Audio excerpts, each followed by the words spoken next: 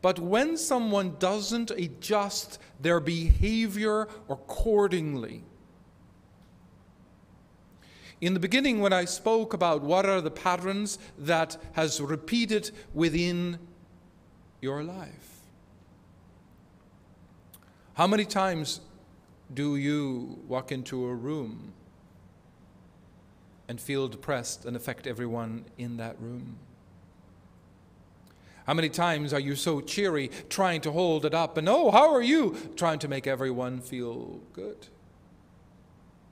How many times do you take on more than what you ought to?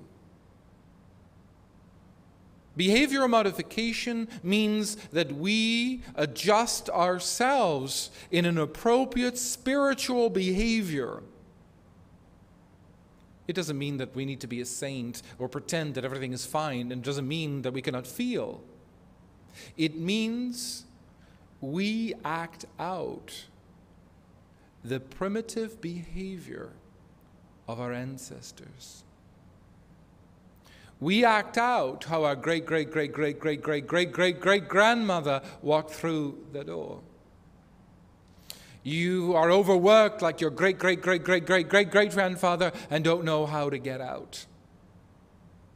So, repetitive patterns aren't just about things in which we needed to become aware of. What attitude, what change in your nature, where within your character, where within your nature, how much of what you say, behave, and do. This can be from being manic to being addictive. It could be anything and everything. How much of this behavior is really your soul? A soul experiences the multitude-faceted universes. The soul is never quiver in fear or anxiety. The soul is wise beyond any human mind. The soul liberates us to inner wisdom and inner greatness. The soul guides us upon a path that we have not seen before. So where do our personalities come from? It is not because your personalities are wrong. But when we question why we do what we do and say what we say, and when we say it, and how we say it, and how we relate, am I a person that have become a fart? Have I become a tart? Have I become a person that is a stick in the mud? Am I a person that doesn't know how to laugh? Do you know how to laugh well, or do you stink at laughing? The soul laughs all the time. The soul smiles. When Bart loses himself in the moment, there is a laughter that he echoes from his soul. You know you've just reached his funny bone. This laughter comes from deep within our soul. So it is not just the repetitive behavior of our existence in which we need to become aware of. We're needing to look at why am I so uptight? Why do I worry so much? Why do I have no real joy?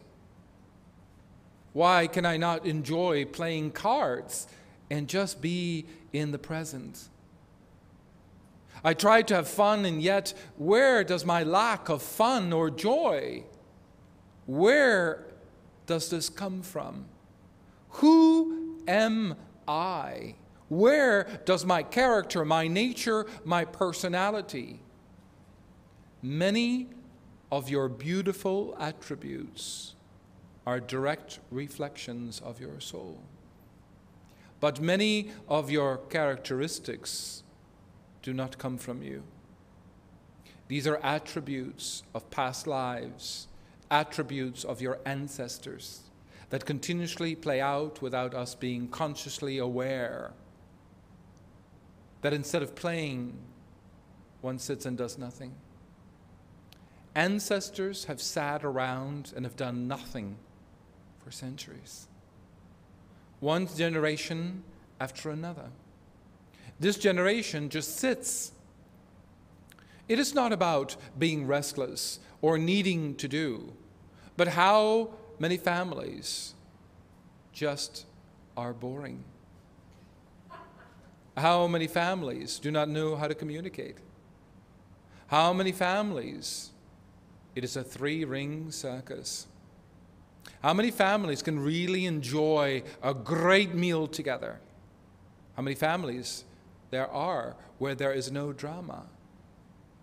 Through the centuries, people have not had the opportunity to find that liberation.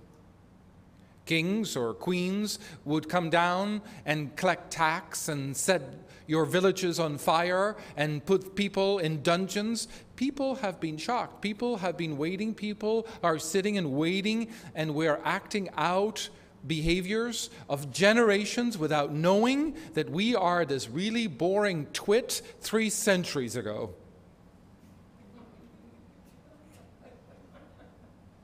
And we behave inappropriately because we're depressed all the time, and we talk about how spiritual we are, but we don't have no time for meditation.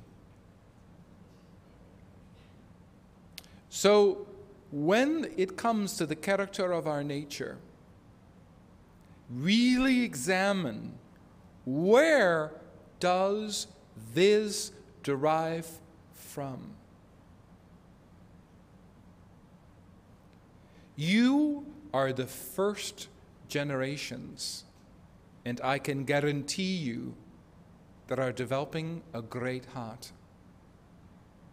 I guarantee you that no one truly, maybe few, your mothers or your fathers or your aunts or your uncles, have great, great, great, great, great hearts.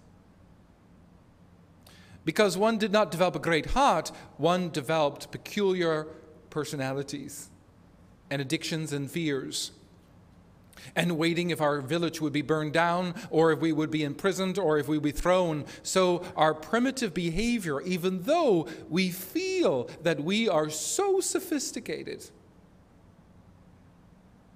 often people that feel so genuinely insecure, it is because they have been tortured for no reason at all.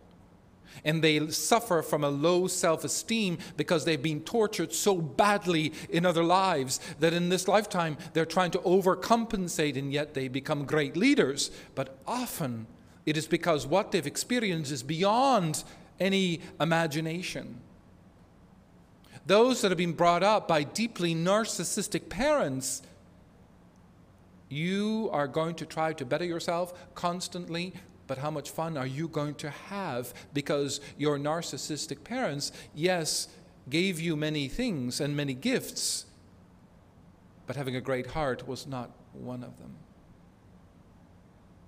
So we need to make a list of what do I choose to develop because it is within me. I choose to have a great heart. I choose to be truly, divinely connected to my soul. My first reaction, I'm going to bypass and just sit and watch and go, well, there goes rage, woo. There goes disappointment, woo. Yep, that was disappointment again. Yep, anger, okay. Om Namah Shivaya, okay. We must watch these emotions bypass. If an emotion is a genuine emotion of upset or anger, it will define itself and repeat itself and show itself. But usually people hold on to the first emotion that ought to be just a canvas that tells you what you ought to be seeing. The next aspect is our soul. Our soul communicates in silence.